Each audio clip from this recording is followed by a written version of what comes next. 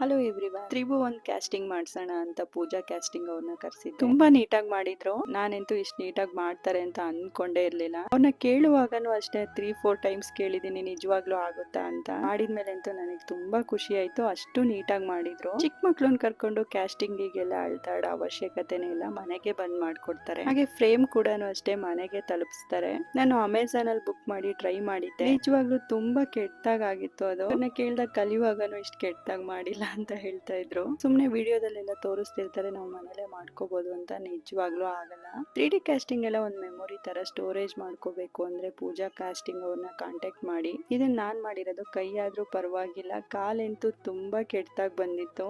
ಕಾಲು ಅಂತಾನೆ ಗೊತ್ತಾಗ್ತಿಲ್ಲ ಅದು. ಸುಮ್ನೆ ಈ ತರ ಎಲ್ಲ ಮಾಡಿ ಅಮೌಂಟ್ ವೇಸ್ಟ್ ಮಾಡೋಕ್ಕಿಂತ ಅವ್ರ ಪೇಜ್ ನ ಹಾಗೆ ನಂಬರ್ ನ ಡಿಸ್ಕ್ರಿಪ್ಷನ್ ಬಾಕ್ಸ್ ಅಲ್ಲಿ ಮೆನ್ಷನ್ ಮಾಡಿರ್ತೀನಿ, ಚೆಕ್ ಮಾಡ್ಕೊಳ್ಳಿ. ಇವರು ಕಪಲ್ ಕಾಸ್ಟಿಂಗ್ ಕೂಡ ಮಾಡ್ತಾರೆ. ಕ್ಲಾಸಸ್ ಕೂಡ ತಗೊಂತಾರೆ. ಫ್ರೇಮ್ ನ ನಾನು ನೆಕ್ಸ್ಟ್ ವಿಡಿಯೋದಲ್ಲಿ ತೋರಿಸ್ತೀನಿ. ಬಾಯ್.